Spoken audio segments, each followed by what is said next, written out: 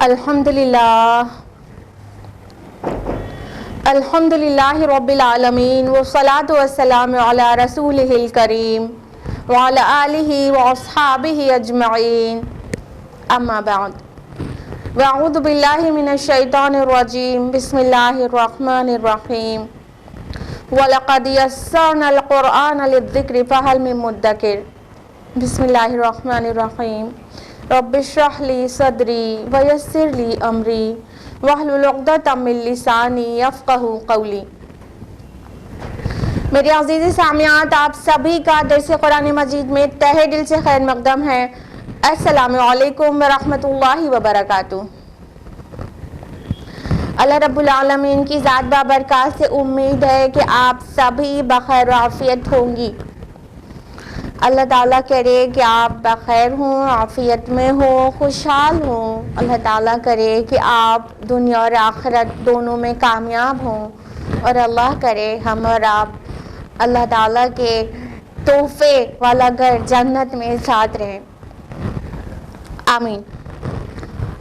ہم لوگ بڑھتے ہیں درس قرآن مجید کی طرف۔ جیسا کہ آپ میں سے سبھی کو معلوم ہوگا کہ درس قرآن مجید میں سورۃ الکہف چل رہی تھی۔ سورہ کہف کے آیت نمبر 70 تک ہم لوگوں نے لاسٹ ویک مکمل کیا تھا درس قرآن میں۔ تو آج ہم لوگ باقاعدہ آیت نمبر 71 سے لے کے آگے کی طرف تفصیلات جانیں گے، لیکن اس سے پہلے لاسٹ ویک کا ریویژن۔ تو جب آف لائن درس قرآن چلتا تھا تو آپ میں سے جو لوگ میرے ریگولر آڈینس ہوتے تھے وہ لوگ ریوائز کراتے تھے، لیکن ابھی تو آن لائن ہی چل رہا ہے، اس لیے ریویژن کا کام بھی میرا ہو گیا۔ تو آج ہم آپ کو ہر ہفتے کی طرح اس ہفتے بھی ریوائز کرائیں گے۔ لاسٹ ویک میں جو ہم لوگوں نے جانا تھا تفصیل سے مختصر ریوائز کرائیں گے۔ لاسٹ ویک ہم لوگوں نے آیت نمبر 60 سے 70 تک کی تفصیلات جانی تھی، اور وہ آپ کو بالکل یاد ہوگا کہ کون سا بہت انٹرسٹنگ قصہ شروع ہو چکا تھا۔ جی ہاں، موسیٰ اور خضر علیہما السلام کا قصہ شروع ہو چکا تھا اور وہ بیچ میں ہی چھوٹا تھا۔ تو اس میں ہم لوگ آج دیکھیں گے کہ لاسٹ ویک ہم لوگوں نے اس قصے میں کیا جانا تھا۔ آیت نمبر 60 ہے، اعوذ باللہ من الشیطان الرجیم، بسم اللہ الرحمن الرحیم۔ اور یاد کرو جب موسیٰ نے اپنے نوجوان ساتھی سے کہا کہ میں چلنا نہیں چھوڑوں گا یہاں تک کہ دریاؤں کے ملنے کے مقام پر پہنچ جاؤں، یا تو میں برسوں تک چلتا ہی رہوں گا۔ تو موسیٰ علیہ السلام نے اپنے ساتھی کون تھے بتائیے جی، یوشع ابن نون علیہ السلام۔ تو موسیٰ علیہ السلام اپنے نوجوان ساتھی یا اسٹوڈنٹ کہہ سکتے ہیں، اپنے شاگرد یوشع ابن نون کو نکلے تھے اس بہت خاص سفر کے لیے، جس کے لیے ان کو بتایا گیا تھا کہ مجمع البحرین میں وہ اللہ تعالیٰ کا وہ خاص بندہ ملے گا۔ تو اتنا ایکسائٹیڈ تھے اس سفر کو کرنے کے لیے، تو کہنے لگے کہ میں مجمع البحرین یعنی دو دریاؤں کا سنگم کے مقام پر پہنچنے کے لیے بس چلتا ہی رہوں گا، چاہے مجھے سالہ سال چلنا پڑے۔ آیت نمبر 61 ہے، پھر جب وہ دونوں پہنچ گئے دو دریاؤں کے ملنے کے مقام پر، تو وہ اپنی مچھلی بھول گئے اور اس مچھلی نے اپنا راستہ بنا لیا تھا دریا میں سرنگ کی طرح۔ تو مجمع البحرین پر وہ لوگ پہنچ چکے تھے، لیکن موسیٰ علیہ السلام کو تھوڑی نیند آ گئی تھی غالباً، تو وہ مچھلی جو ان کے توشے دان میں تھی، ان کے لنچ باکس میں تھی، بھونی ہوئی مچھلی تھی، تو اس مچھلی نے نکل کر زندہ ہوئی اور وہ دریا میں چلی گئی، اور عجیب طرح سے وہ زندہ ہوئی تھی اور چلی گئی تھی، اور یہ چیز موسیٰ علیہ السلام نے نہیں دیکھی تھی، لیکن یوشع ابن نون علیہ السلام نے دیکھی تھی۔ آیت نمبر 62 ہے کہ پھر جب وہ دونوں وہاں سے آگے نکل گئے تو موسیٰ نے اپنے ساتھی سے کہا کہ اب ہمارا ناشتہ لے آؤ، اب اس سفر میں تو ہمیں بہت تھکان ہو گئی ہے۔ تو وہ مچھلی یعنی وہ ان لوگوں کا کھانے کے لیے تھے، وہ ناشتہ تھا، ان کا بریکفاسٹ تھا، تو وہ ناشتہ جو توشہ جو تھا ان کے ساتھ مچھلی، وہ جب موسیٰ علیہ السلام نے کھانے کے لیے مانگا تو تب یوشع ابن نون علیہ السلام کو یاد آیا کہ ارے میں تو اس مچھلی کا ذکر ہی کرنا بھول گیا، اور موسیٰ علیہ السلام مانگ رہے کھانے کے لیے کہ لاؤ اب ہم لوگ کھائیں، کیونکہ اب بہت زیادہ بھوک لگی ہے، کیونکہ بہت ٹائرنگ جرنی تھی، بہت تھکا دینے والا سفر تھا۔ آیت نمبر 63 میں ہے کہ اس نے کہا یعنی یوشع علیہ السلام نے کہا کہ دیکھیے جب ہم ٹھہرے تھے چٹان کے پاس تو میں بھول گیا تھا مچھلی کو، اور نہیں مجھے بھلائے رکھا مگر شیطان نے، اور میں اس کا ذکر کروں آپ سے، اور اس نے تو بنا لیا تھا اپنا راستہ دریا میں عجیب طرح سے۔ تو یوشع ابن نون علیہ السلام نے بہت ہی بھولے پن سے کہا کہ ارے وہ تو میں آپ کو بتانا ہی بھول گیا کہ وہ تو مچھلی زندہ ہو کر چلی گئی تھی، دریا میں اپنا راستہ بنا لیا تھا اور مجھے شیطان نے بھلائے رکھا۔ آیت نمبر 64 ہے کہ موسیٰ علیہ السلام نے کہا یہی تو تھا جس کی ہمیں تلاش تھی۔ پھر وہ دونوں واپس لوٹے اپنے نقوش پاک کو دیکھتے ہوئے۔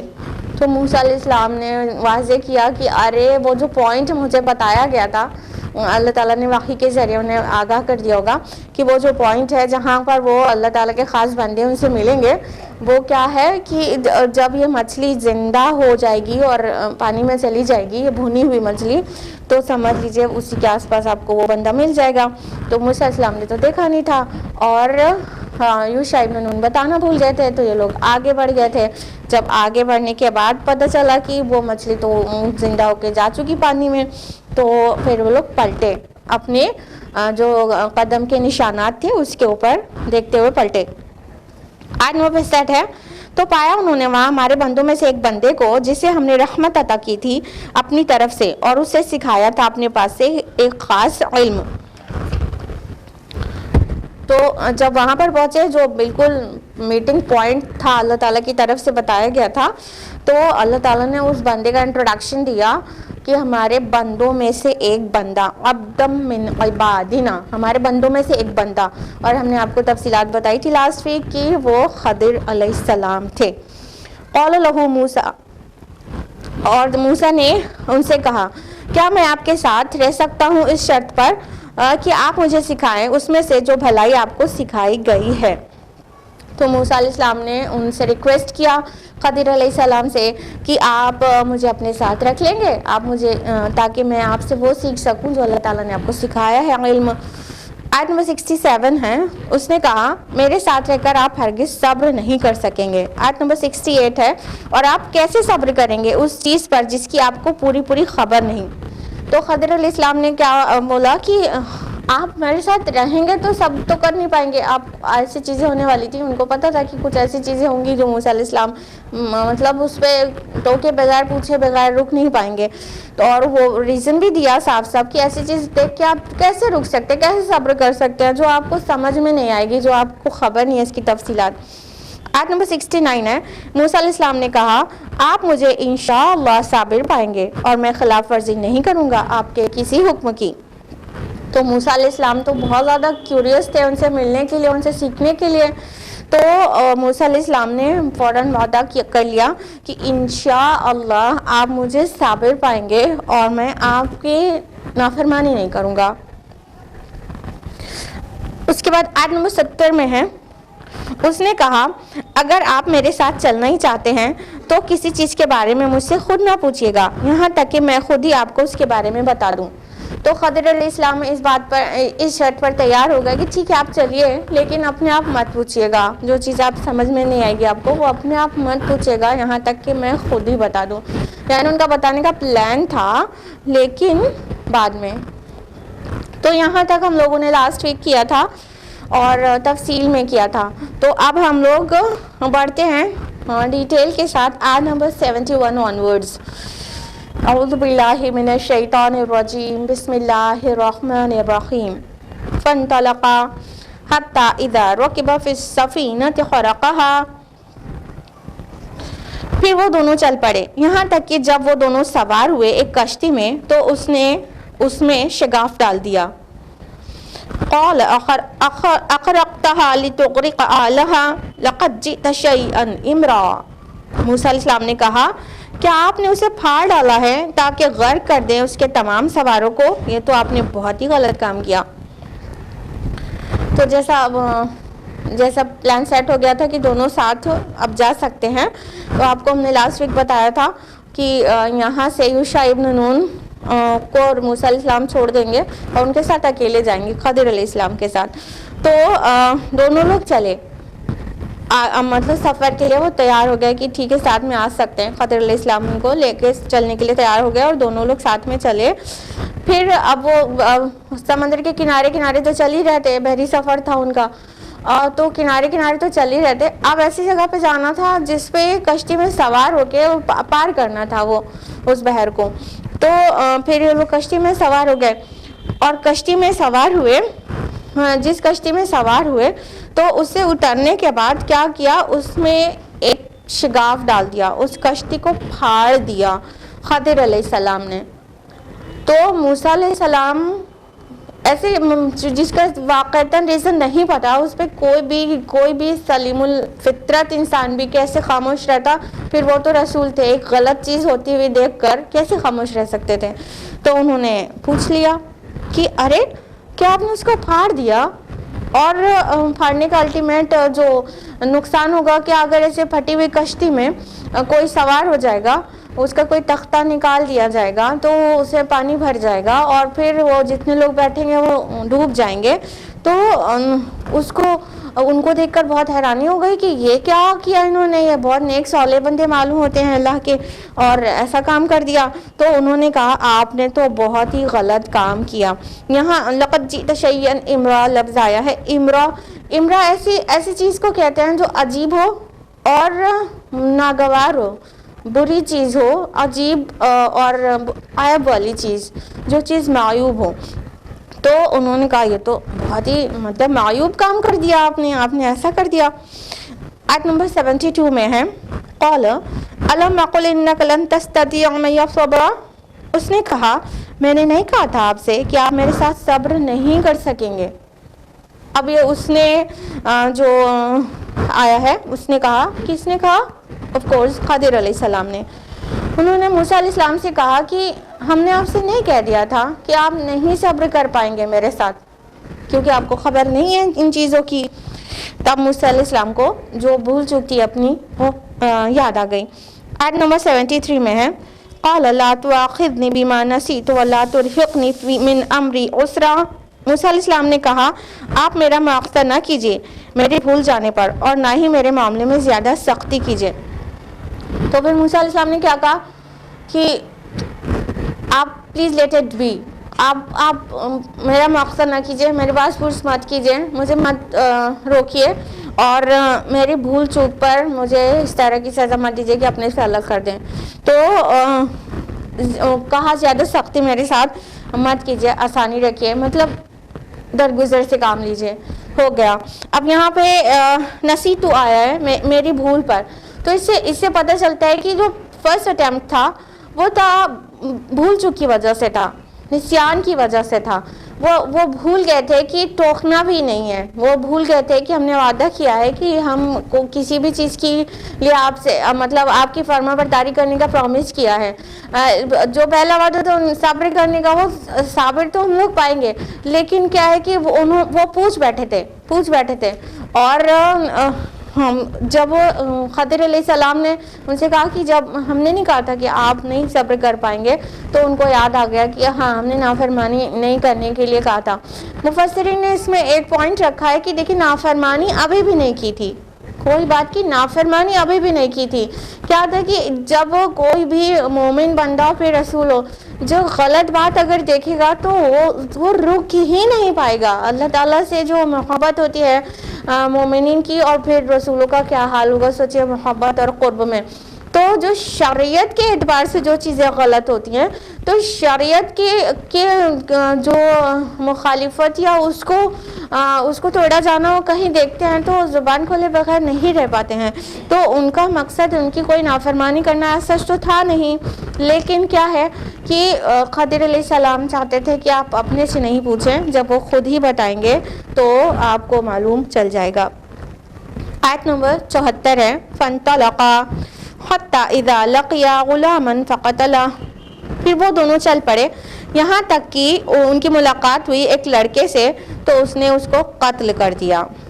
قال قتلت نفسا زکیۃ بغیر نفس. موسیٰ علیہ السلام نے کہا کیا آپ نے قتل کر دیا ایک معصوم جان کو بغیر کسی جان کے؟ لقد جئت شیئا نکرا. یہ تو آپ نے بہت ہی نامعقول حرکت کر دی. پھر دونوں آگے بڑھے, وہاں سے معذرت کر لی موسیٰ علیہ السلام نے, پھر دونوں آگے بڑھے. پھر ان لوگوں کی ملاقات ایک ایسے لڑکے سے ہوئی جس کو خضر علیہ السلام نے قتل کر دیا. اب یہ تو مطلب کشتی کو پھاڑے جانے سے بھی بہت زیادہ بڑا جرم کا ارتکاب تھا شرعی اعتبار سے. تو موسیٰ علیہ السلام پہلی بار تو انہوں نے بھول چوک میں ٹوک دیا تھا, دوسری بار مفسرین کہتے ہیں کہ انٹینشنلی ٹوکا, اب کی بار بھولے نہیں تھے, لیکن یہ اتنی بڑی بات تھی کہ وہ کیسے خاموش رہ سکتے تھے. تو موسیٰ علیہ السلام نے فوراً سوال کر لیا کہ آپ نے ایک نفیس جان کو, ایک پاک, ایک بے گناہ جان کو قتل کر دیا. اب مطلب اس سے پتہ چل رہا ہے کہ جان کے بدلے میں نہیں, بس ایسے ہی پاک زکیتم بغیر نفس, نفسن زکیتن لفظ آیا نا کہ پاک جان, یعنی جو بغیر اس کے کہ وہ قاتل ہو اس کو قتل کر دیا جائے تو وہ مطلب معصوم اور پاکیزہ جان ہے, اور قتل کے بدلے میں قتل کیا جائے تو وہ تو قصاص ہے, جو کہ موسیٰ علیہ السلام کی شریعت میں بھی وہی حکم تھا جو رسول اللہ صلی اللہ علیہ وسلم کی شریعت میں ہے قصاص کا. تو وہاں پہ اس لڑکے نے کسی کو قتل تو کیا نہیں تھا کہ وہ اس کو قتل کے بدلے میں قتل کیا جا رہا ہے, قصاص لیا جا رہا ہے, بلکہ وہ تو مطلب معصوم نظر آ رہا تھا اور اس کو قتل کر دیا گیا تھا. تو موسیٰ علیہ السلام نے کہا یہ تو بہت بڑی حرکت کر دیا آپ نے. یہاں پر نکرہ لفظ آیا ہے, نکرن کا معنی ہوتا ہے ایسی چیز جو برائی میں اور بڑی ہو. پیچھے امرا آیا ہے نا, آیا نمبر 71 میں, اور یہاں پر نکرہ آیا ہے 74 میں. تو امرا چھوٹی غلطی ہے, چھوٹی برائی ہے, چھوٹا غلط کام ہے, لیکن نکرہ اس سے بھی بڑا غلط کام ہے. اور امرا اور نکرہ کا ڈفرینس اس طرح بھی سمجھا جا سکتا ہے کہ امرا ایسا کام ہے جو نتائج کے اعتبار سے بھیانک ہے, اس کے نتائج بھیانک ہوں گے. بظاہر وہ چھوٹی بات ہے لیکن نتائج کے اعتبار سے مطلب برا ہے. اور جو نکرن لفظ ہے اس کا معنی ہوا کہ وہ نتائج کے اعتبار سے تو چھوڑیے, وہ سامنے عمل کے اعتبار سے ہی بہت برا ہے, بہت قبیح ہے, بہت ہی مطلب نامعقول کام ہے. تو امرا چھوٹے برا اور نقصان دہ کام, برے کام کو کہیں گے, اور نکرن اس سے بھی بڑے برے کام کو کہیں گے جو بہت ہی قبیح ہو, نتائج تو چھوڑے سامنے وہ برا معلوم ہو رہا ہو عمل کے اعتبار سے ہی. تو اب کی بار انہوں نے موسیٰ علیہ السلام نے کہا یہ تو آپ نے نکر کیا, مطلب یہ تو بہت ہی نامعقول حرکت کر دیا آپ نے. آیت نمبر 75 ہے, قال لم اقل لك انك لن تستطيع معي صبرا. اس نے کہا کیا میں نے آپ سے نہیں کہا تھا کہ آپ میرے ساتھ صبر نہیں کر سکیں گے. اب انہوں نے پھر سے ریپیٹ کیا کہ ہم نے آپ سے کہہ دیا تھا کہ آپ نہیں صبر کر سکیں گے میرے ساتھ. آیت نمبر 76 میں قال ان سألتك عن شيء بعدها فلا تصاحبني. موسیٰ علیہ السلام نے کہا اگر میں آپ سے سوال کروں کسی چیز کے بارے میں اس کے بعد تو آپ مجھے اپنے ساتھ نہ رکھیے گا. قد بلغت من لدنی عذرا, آپ پہنچ چکے ہیں میری طرف سے حد عذر کو.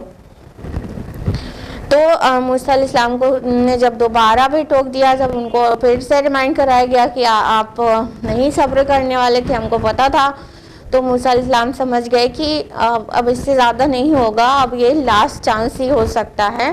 تو موسیٰ علیہ السلام نے خود تیار ہو گئے کہ ٹھیک ہے اگر اس کے بعد بھی میں آپ کو ٹوک دوں تو پھر آپ مجھے اپنے ساتھ مت رکھیے گا. 3 چانس دیے جاتے ہیں نا, تو یہاں پہ قرآن سے بھی پتہ چلتا ہے اور سنت سے بھی پتہ چلتا ہے 3 چانس دے دینا چاہیے کوئی مسٹیک یا کسی چھوٹی غلطی پر. تو یہاں پر موسیٰ علیہ السلام نے کہا اب تو اگر آپ بھی اس کے بعد میں پھر سے آپ کو ٹوک دوں تو آپ میری طرف سے حد عذر کو پہنچ گئے. اب میرے پاس کوئی بھی آرگیومنٹ کا کوئی پوائنٹ نہیں بچے گا, بس آپ ایک موقع اور مجھے دیجئے کہ میں آپ کے ساتھ تھوڑی دیر اور رہ سکوں. فانطلقا حتى اذا اتيا اهل قرية استطعما اهلها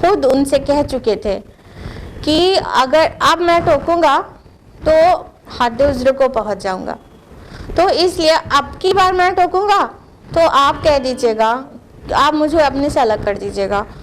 تو پھر تیسری بار بھی ٹوک دیا، کیونکہ اس قدر بھوک لگی تھی اور اس قدر پریشان تھے، لیکن وہی ایک ذریعہ نظر آیا تھا کہ ٹھیک ہے آپ نے دیوار سیدھی کر دی، لیکن اس کے بدلے میں کچھ اجرت لے لیتے تو ہم لوگ کے کھانے پینے کا انتظام ہو جاتا، بہت بھوکے تھے۔ تو خضر علیہ السلام نے کہا کہ بس یہ تیسری بار بھی ہو گیا، اب میں آپ کو ان سبھی باتوں کی تعویل بتائے دیتا ہوں، ان سبھی باتوں کی اصل حقیقت بتائے دیتا ہوں جن پر آپ صبر نہیں کر سکے۔ اب ایک ایک کر کے حضرت خضر موسیٰ علیہ السلام کو ایکسپلین کرتے ہیں کہ جو چیزیں آپ نے دیکھیں اس کی اصل حقیقت کیا تھی، وہ سامنے سے کیسے تھے اور ریالٹی کیا تھی۔ آیت نمبر 79 ہے، اما السفینۃ فکانت لمساکین یعملون فی البحر، جہاں تک اس کشتی کا معاملہ ہے تو وہ غریب لوگوں کی ملکیت تھی جو محنت کرتے تھے دریا میں۔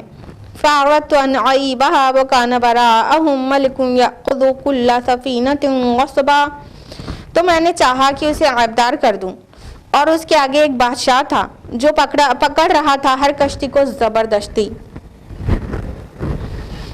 اب وہ خضر علیہ السلام نے سب سے پہلے اسی سیکوینس میں آیا ہے، اسی کرونالوجی میں جواب آیا جہاں سے مطلب سوال شروع ہوا تھا۔ سب سے پہلے جو لوگ ملے تھے وہ کشتی والوں سے ملے تھے کہ جس پر سفر کیا انہوں نے، پھر اس کو جا کے پھاڑ دیا تھا۔ تو خضر علیہ السلام نے بتایا موسیٰ علیہ السلام کو کہ وہ جو کشتی تھی نا وہ بہت ہی غریب لوگوں کی تھی، اور یہاں پہ لمساکین آیا، دو مسکینوں کی تھی، یعنی وہ بہت زیادہ پور تھے۔ مسکین اور غریب کی جو ڈیفینیشن آتی ہے وہ فقہاء کے نزدیک دونوں ہی پور ہوتے ہیں، دونوں ہی جن کے پاس مال بہت زیادہ نہ ہو۔ دونوں ڈفرینس یہ بتایا جاتا ہے کہ غریب اس انسان کو کہتے ہیں جس کے پاس بیسک نیڈز کا بھی کچھ نہ ہو، بالکل ہی کچھ نہ ہو، اور مسکین اس شخص کو کہتے ہیں جس کے پاس کچھ مال تو ہو لیکن ضروریات کے لیے کافی نہ ہو، تو مسکین اس کو کہتے ہیں۔ آپ نے سورۃ توبہ کے آیت نمبر 60 میں بھی دیکھا ہے کہ زکوٰۃ کے جو مستحقین ہیں وہاں یہ دونوں الفاظ آئے ہیں، انما الصدقات للفقراء والمساکین، اور پھر 6 اور جو مستحقین ہیں ان کا، تو زکوٰۃ کس کے لیے؟ فقراء اور مساکین کے لیے۔ تو جو فقیر ہیں تو فقیر کون ہے؟ جن کے پاس کچھ بھی نہ ہو۔ مسکین کون ہے؟ مسکین کے پاس کچھ تو ہو لیکن اس کی ضروریات کے لیے نا کافی ہو۔ تو یہاں پر مسکین لفظ آیا ہے، اور ہم لوگ دیکھ رہے ہیں کہ ان کے پاس کشتی تھی لیکن اور ضروریات زندگی جو ہوتی ہے وہ سب سفیشینٹ ان کے پاس نہیں تھی۔ اور جو فقہاء کے درمیان فقیر اور مسکین میں جو ڈفرینس ہے اس میں تھوڑا سا اختلاف بھی ہے کہ کچھ کہتے ہیں فقراء وہ ہیں جن کے پاس کچھ مال ہو لیکن وہ کافی نہ ہو، اور مسکین وہ ہیں جن کے پاس مال بالکل نہ ہو۔ تو یہ جو ڈسپیوٹ ہے، یہ جو ڈفرینس آف اوپینین ہے وہ یہاں سے آرام سے ڈیزالو ہو سکتی ہے۔ وہ کیا ہے کہ یہاں پہ جو کشتی والے تھے دونوں، ان دونوں کے پاس کشتی تو تھی نا لیکن اور ان کو مسکین کہا گیا، تو اس سے پتہ چل رہا ہے کہ مسکین کی صحیح ڈیفینیشن یہ ہے کہ ایسا پور مین جس کے پاس مال ہو تھوڑا لیکن وہ کافی نہ ہو، اور فقراء کی ڈیفینیشن یہ زیادہ صحیح معلوم ہوتی ہے کہ ان کے پاس کچھ بھی نہ ہو اور مسکین سے بھی زیادہ پور ہوں وہ۔ تو اس طرح کہا گیا کشتی والوں کو کہ وہ دو مسکینوں کی تھی جو دریا میں محنت کرتے تھے, کشتی چلاتے تھے اور اس سے جو بھی تھوڑی بہت ان کی کمائی ہو جاتی تھی اس سے اپنی لائف کنڈکٹ کرتے تھے, لیکن وہ بہت انسفیشینٹ تھا, ان کی بہت ساری بیسک نیڈس بھی اس سے پوری نہیں ہو پاتی تھی. تو خضر علیہ السلام نے کہا کہ میں نے چاہا کہ اس میں کوئی ایپ ڈال دوں, کیونکہ جدھر کی طرف وہ لوگ سفر کر رہے تھے اس کے آگے کوئی بادشاہ تھا, کوئی رولر تھا جو ظالم تھا, اور وہ اپنے ظلم سے اور زبردستی سے ساری کشتیاں چھین لیتا تھا. جو بھی ادھر آتے تھے کشتی صحیح سالم جو بھی ہوتی تھی ان سب کو چھین لیتا تھا. تو اگر یہ شپ بھی صحیح سالم ہوتا تو وہ بادشاہ اس کو چھین لیتا تو یہ بڑا نقصان ہوتا. مسکینوں کی تھی, وہ لوگ پور تھے, اور اگر ان کی یہ کشتی چھین جاتی تو وہ بالکل خالی ہاتھ ہو جاتے, پھر تو فقیر ہو جاتے, پھر تو ان کے پاس کچھ بھی نہیں بچتا. تو مطلب یہ جو خضر علیہ السلام آگے واضح کریں گے کہ اللہ تعالیٰ کے حکم سے کیا ہے, تو یہ جو کیا گیا تھا یہ اللہ تعالیٰ کی طرف سے یہ ایک حکم تکوینی تھا, یہ حکم شرعی نہیں تھا, حکم تکوینی تھا کہ ان کو مطلب چھوٹا سا لاس پہنچا دیا جائے بڑے لاس سے, تو یہ بہت بہت بہتر تھا. اب دیکھیے کہ انسان کے ساتھ کچھ بھی ایسا ہو جاتا ہے ایکسیڈنٹل, تو کتنی تیز غصہ آ جاتا ہے اور ہائپر ہو جاتا ہے. اسی کیس میں بھی اللہ جانے وہاں پر کیا ہوا ہوگا کہ جب ان لوگوں نے کشتی کو, جب خضر علیہ السلام نے کشتی کو پھاڑ دیا ہوگا تو ان دونوں کو کتنا برا لگا ہوگا, کتنا ناراض ہوئے ہوں گے, کتنا غصہ آیا ہوگا. وہ سب قرآن نے اس کو موضوع نہیں بنایا ہے, کیونکہ ظاہر ہے جو تعلیم نکل کے آ رہی ہے وہ اس پر فوکسڈ ہے قرآن مجید. تو ان کو ٹیمپریرلی بہت برا لگا ہوگا, لیکن جب انہیں یہ پتہ چلا ہوگا کہ اگر وہ کشتی ہماری صحیح سالم رہتی تو باقیوں کی جیسے چھن گئی ہے ہماری بھی چھن جاتی, تو وہ غصہ امیڈیٹلی شکر گزاری میں, جذبہ تشکر میں بدل گیا ہوگا. یہ ہے ریالٹی جو سامنے دکھتا ہے. اس کی سامنے کیا دکھ رہا ہے, بہت تکلیف دہ بات ہو گئی ہے, اور پیچھے اس کی ریالٹی کیا ہے کہ وہ بلیسنگ ہے ایکچولی, جو انسان کو تکلیف دہ معلوم ہوتی ہے. تینوں جو واقعات ہیں ان سبھی سے فائنلی یہی ٹیچنگ نکل کر آتی ہے. لیکن ابھی آپ اتنے پہ فوکسڈ رہیے کہ جیسے کسی کا ایکسیڈنٹ ہو گیا, جیسے کوئی بیمار ہو گیا, جیسے کسی کی کوئی چیز چھن گئی, کسی کی کوئی چیز چوری چلی گئی, کچھ اس طرح کا جو نقصان ہوتا ہے, بہت بار مالی نقصان یا پھر صحت کا نقصان, وہ انسان کو مطلب اچھا نہیں لگتا. اور جو بندہ اللہ تعالیٰ پر توکل نہیں کرتا تو وہ امیڈیٹلی شکوے شکایت کرنے لگ جاتا ہے, اور بہت سارے اللہ تعالیٰ سے ناراضگی کا اظہار کرنے لگ جاتا ہے کہ ہم پہلے ہی پریشان تھے, اب یہ بھی پریشانی آ گئی, ہم ہی ملے ہیں کیا اللہ تعالیٰ کو ساری مصیبت ڈالنے کے لیے. معاذ اللہ یہ کیا ہے, یہ ایک تو علم نہیں ہے, اللہ تعالیٰ نے بندوں کو بہت تھوڑا علم دیا ہے. دوسرا توکل نہیں ہے, ایمان کی کمزوری ہے جو اس طرح کی باتیں نکلنے لگتی ہیں.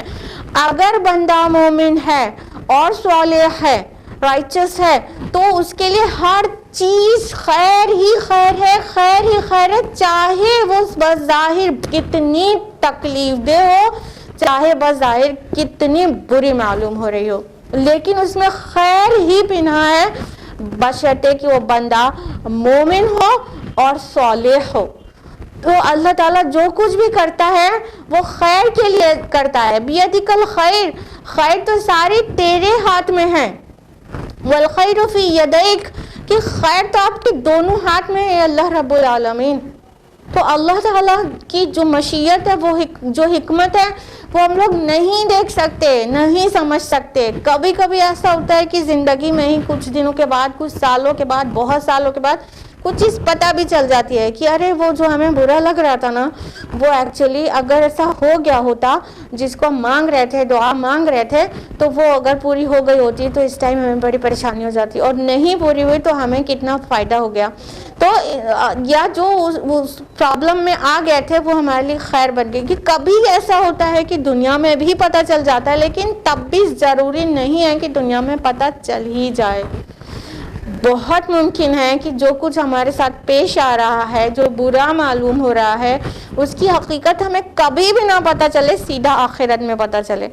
لیکن یہ اللہ پر توکل کی ڈیمانڈ ہے کہ we should trust اللہ, اور اللہ تعالیٰ کی طرف سے جو بھی مقدر ہو قدر پر اتنا پختہ ایمان رہے کہ انسان اپنے ساتھ اچھا ہو رہا یا برا اس میں خیر ہی سمجھ کر اللہ کا ہر حال میں شکر ادا کرے.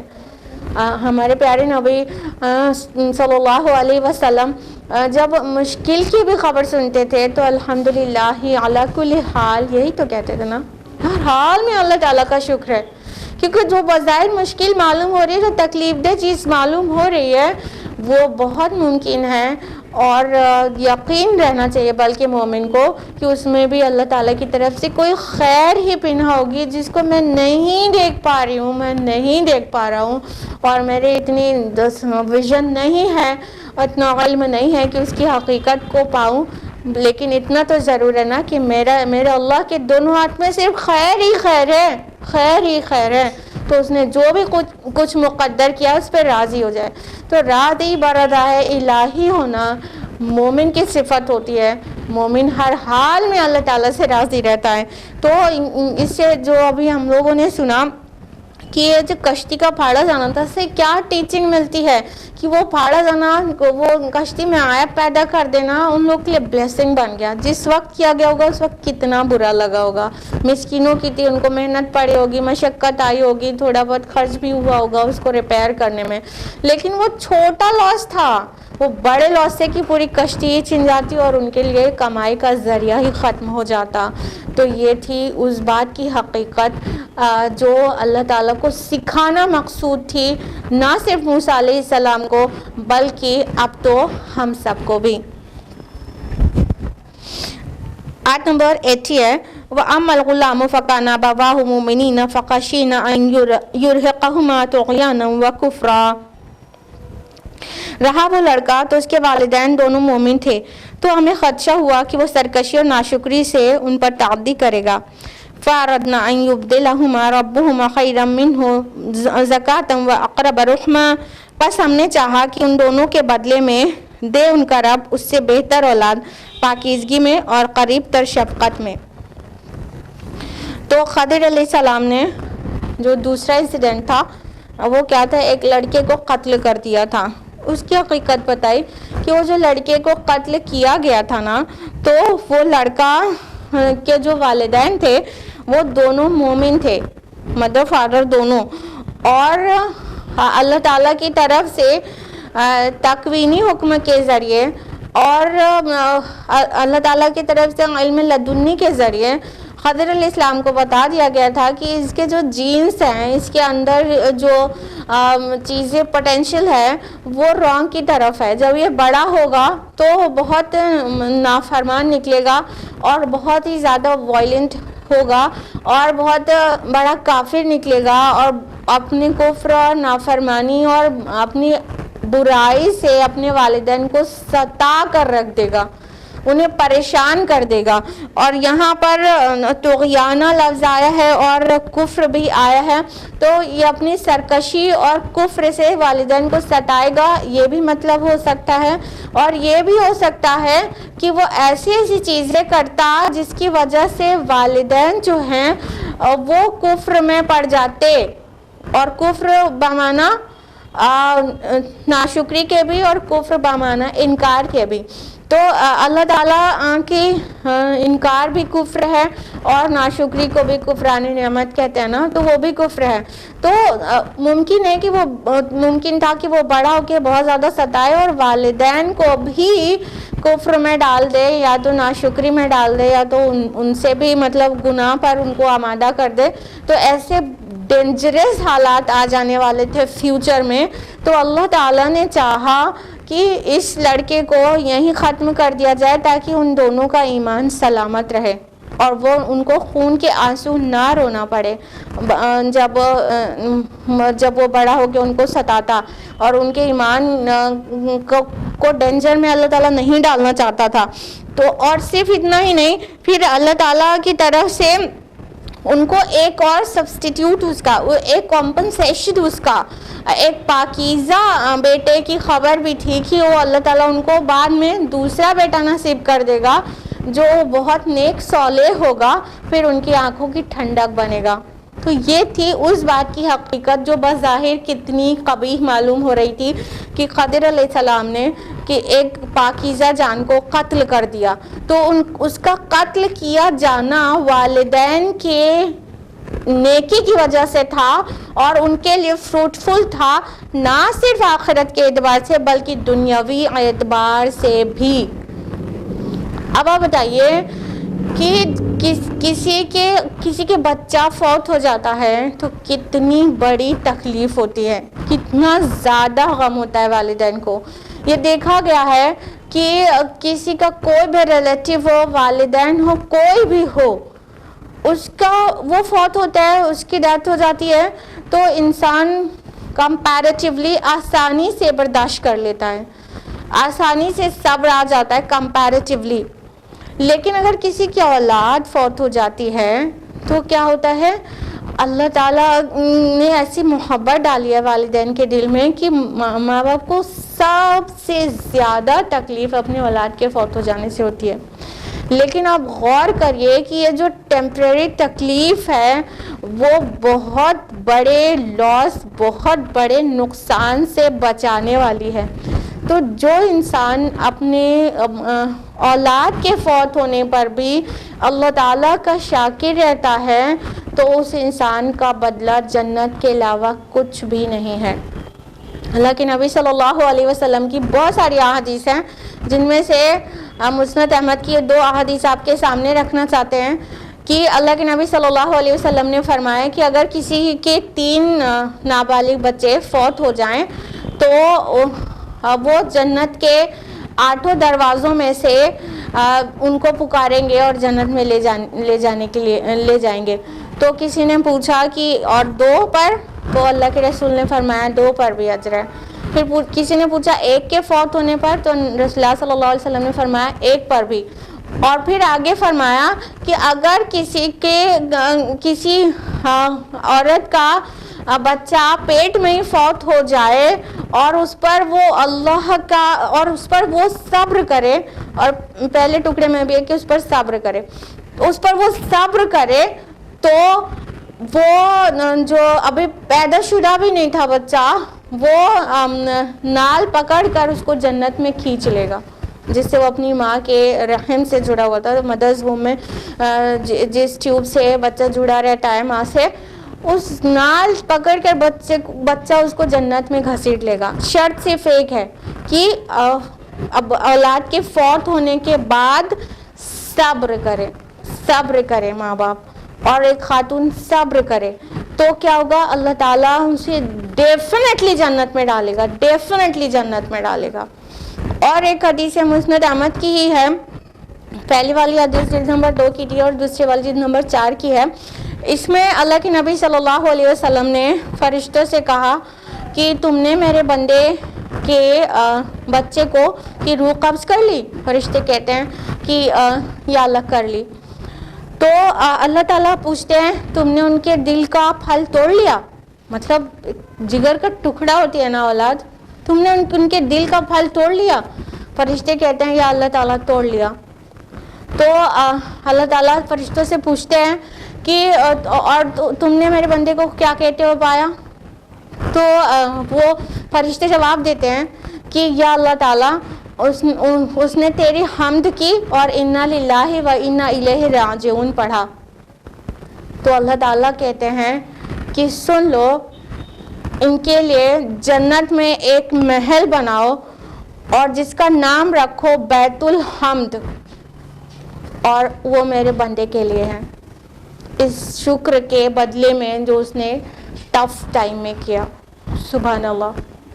کتنی تکلیف دہ ہے نا یہ بات کہ کسی کا بچہ فوت ہو جائے, لیکن اللہ تعالیٰ اس طرح سے بندے کو آزما کر اس کے فوت شدہ بچے کے اوپر صبر کرنے کی وجہ سے والدین کی اگر آخرت سنور جاتی ہے.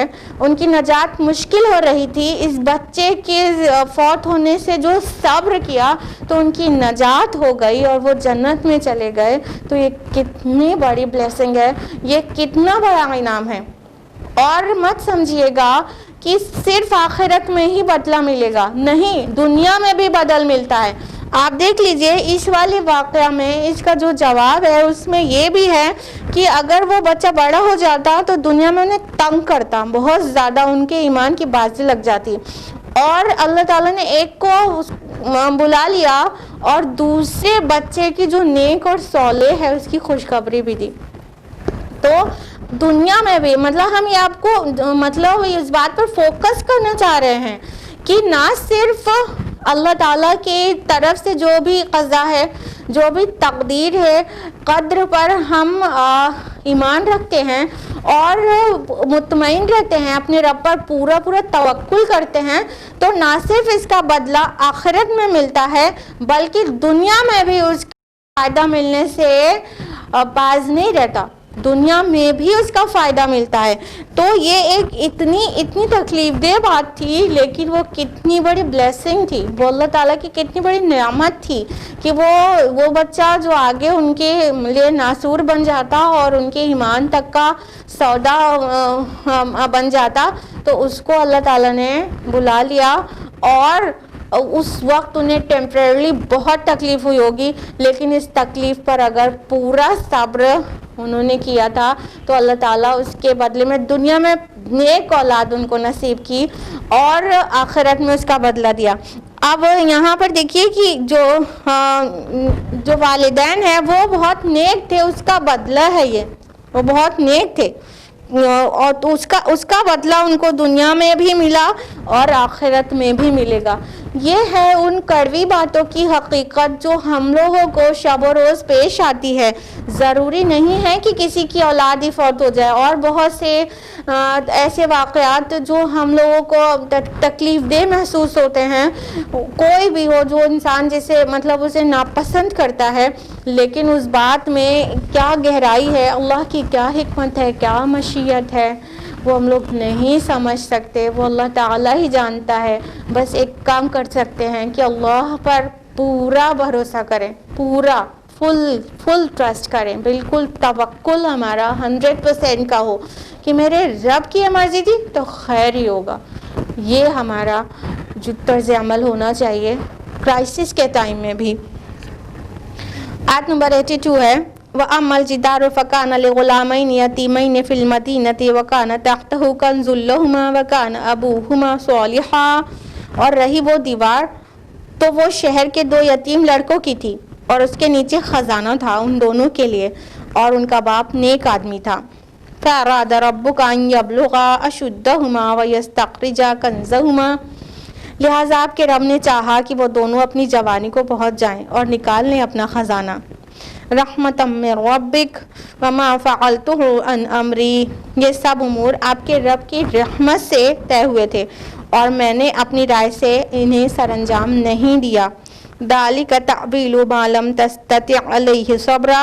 یہ ہے اصل حقیقت ان باتوں کی جن پر آپ صبر نہ کر سکے.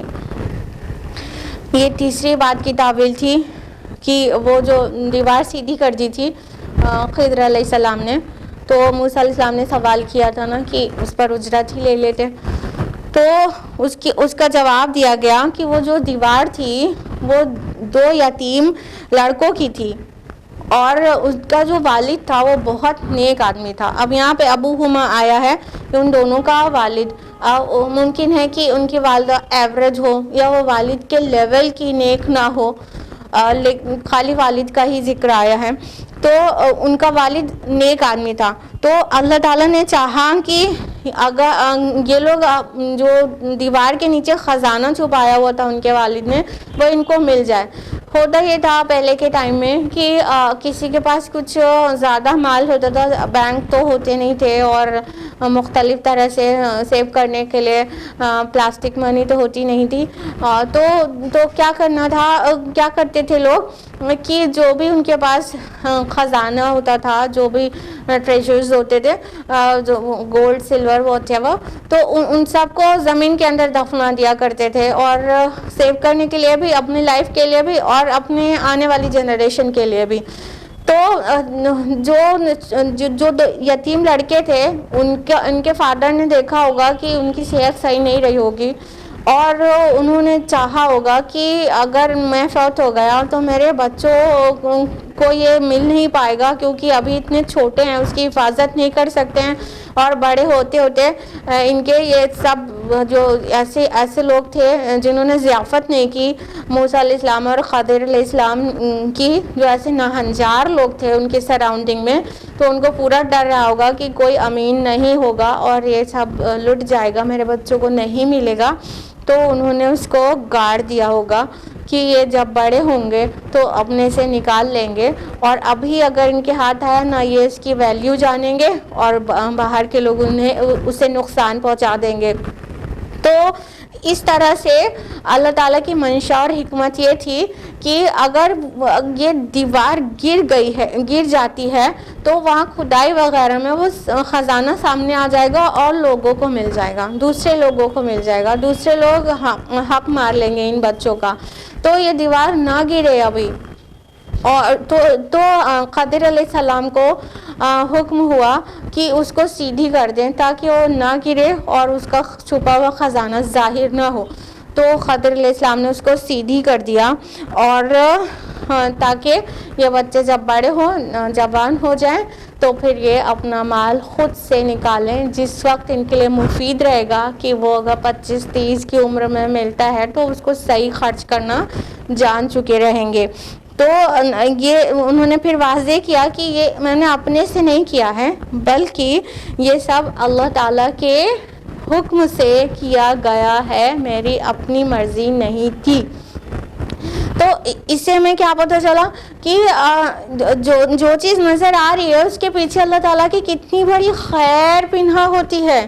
ہاں، خضر علیہ السلام نے اس کی اجرت نہیں لی، ان سے مہمان نوازی ایکسپیکٹ نہیں کی، لیکن وہ ان بچوں کے لیے کتنی بڑی خیر پنہا تھی، اس میں اتنا بڑا کام تھا جو وہ کیا گیا تھا۔ اب دیکھیے، ایک بات کو نوٹس کیے بغیر مت رہیے گا کہ خضر علیہ السلام جب کشتی میں شگاف کر دیتے ہیں تو کہتے ہیں کہ فَأَرَدْتُ أَنْ أَعِيبَهَا، میں نے چاہا کہ میں اس کو عیب دار کر دوں، ٹھیک ہے، جبکہ اللہ تعالیٰ کے حکم سے تھا نا، ہاں ٹھیک۔ اب جب کشتی میں شگاف کرنے کا ایک نیگیٹو فیل کرنے کے لیے خضر علیہ السلام نے ایک نیگیٹو فیل جو بظاہر عجیب معلوم ہو رہا ہے اس کو کرنے کے لیے کہا، تو اس کو اپنی طرف منسوب کیا کہ فَأَرَدْتُ أَنْ أَعِيبَهَا، میں نے ارادہ کیا، میں نے چاہا، I intended کہ اس کو عیب دار کر دوں۔ پھر اس کے بعد جب ایک بچے کو قتل کیا تو اس کے جواب میں جو دوسرا بچہ ان کو دیا جائے گا، تو انہوں نے کہا کہ فَأَرَدْنَا أَنْ يُبْدِلَهُمَا رَبُّهُمَا خَيْرًا مِّنْهُ زَكَاةً وَأَقْرَبُ رُحْمًا، کہ پس ہم نے چاہا کہ ان دونوں کے بدلے میں ان کا رب ان کو اس سے بہتر دے۔ اب دیکھیں، ایک پازیٹیو چیز ہے، کچھ دینے کی بات ہے، کچھ عطا ہے، تو اپنی طرف منسوب نہیں کر رہے ہیں، اب کس کی طرف منسوب کریں؟ اللہ تعالیٰ کی طرف، کہ اللہ تعالیٰ نے چاہا کہ ان کو اس سے بہتر بیٹا عطا کرے۔ اور اسی طرح جب یہ کہہ رہے ہیں کہ خزانہ نکالیں، تو بھی اللہ تعالیٰ کی طرف منسوب کر رہے ہیں کہ آپ کے رب نے چاہا کہ وہ دونوں اپنی جوانی کو پہنچ جائیں اور اپنا خزانہ خود نکالیں، تو یہ بھی ایک پازیٹیو کام ہے، وہ بھی اللہ تعالیٰ کی طرف منسوب کر رہے ہیں۔ جبکہ آگے واضح کر دیا گیا وَمَا فَعَلْتُهُ عَنْ أَمْرِي، یہ میں نے اپنی مرضی سے نہیں کیا ہے، یہ میرا خود کا آرڈر نہیں تھا، یہ میرا اپنی رائے نہیں تھی، بلکہ یہ اللہ تعالیٰ کے حکم سے کیا ہے۔ لیکن یہ ادب ہے خالق کا کہ کوئی بھی ایسی چیز جو بظاہر نیگیٹو ہے، چاہے کہ اللہ کے اذن سے ہی پاسبل ہے، تو بھی وہ اپنی طرف منسوب کریں، اور جو بلیسنگز ہیں، جو نعمتیں ہیں، جو انعامات ہیں، وہ اللہ تعالیٰ کی طرف منسوب کریں۔ جب ابراہیم علیہ السلام نے کیا کہا تھا، فَإِذَا مَرِضْتُ فَهُوَ يَشْفِينِ، اور جب میں بیمار ہو جاتا ہوں تو وہ مجھے شفا دیتا ہے۔ حقیقت حال کیا ہے کہ بیمار بھی اللہ تعالیٰ کے اذن سے ہی ہوتا ہے نا۔ تو ابراہیم علیہ السلام نے یہ نہیں کہا کہ جب اللہ مجھے بیمار ڈال دیتا ہے تو پھر وہی مجھے شفا دیتا ہے، نہیں، جب میں بیمار ہو جاتا ہوں تو وہ مجھے شفا دیتا ہے۔ یہاں پہ خضر علیہ السلام کا بھی ادب دیکھیے، جب کشتی کو پھاڑ رہے ہیں تو کہہ رہے ہیں میں نے چاہا کہ اس کو عیب دار کر دوں، لیکن جب اللہ کی بلیسنگ بیان کر رہے ہیں تو نہیں کہہ رہے میں نے چاہا کہ ان کو ان سے بہتر ملے، نہیں، کہہ رہے ہیں کہ اللہ تمہارے رب نے چاہا کہ اس سے بہتر عطا کرے۔ جبکہ نیگیٹو، پازیٹیو، اچھا برا، ہر چیز اللہ تعالیٰ کے اذن سے ہی ہوتی ہے۔ اللہ کے سینکشن کیے بغیر کوئی پتا بھی نہیں ہل سکتا، کچھ بھی نہیں ہو سکتا۔ لیکن یہ خالق کا ادب ہے کہ ہر برائی اپنی طرف منسوب کرے اور ہر اچھائی اس کی طرف، اور حقیقت بھی یہی ہے کہ ہم لوگ کے لائف میں جو بھی کرائسس آتی ہے، جو پرابلمز آتی ہیں، وہ بہت ممکن ہے کہ ہمارے اپنے اعمال کا نتیجہ ہو، اور جو بھی نعمتیں ملتی ہیں، رحمتوں کی بارش ہوتی ہے، بلیسنگز ہوتی ہیں اور مرسی ہوتی ہے، وہ سب اللہ تعالیٰ کی طرف سے ہوتی ہے، کیونکہ والخیر فی یدیک، خیر تو کل کا کل اس کے ہاتھ میں ہے۔ اور ان تینوں ہی جو واقعات ہوئے، ان سب سے آن دا ہول ٹیچنگ کیا ملتی ہے؟ ہم نے آپ کو پرومس کیا تھا لاسٹ ویک کہ ہم آپ کو بتائیں گے، جو اس کی جو ٹیچنگ ہے وہ آپ کو سب سے لاسٹ میں بتائیں گے جب یہ قصہ مکمل ہو چکے گا۔ تو یہاں پہ یہ قصہ مکمل ہو رہا ہے اور ٹیچنگ کیا ملتی ہے ہم کو؟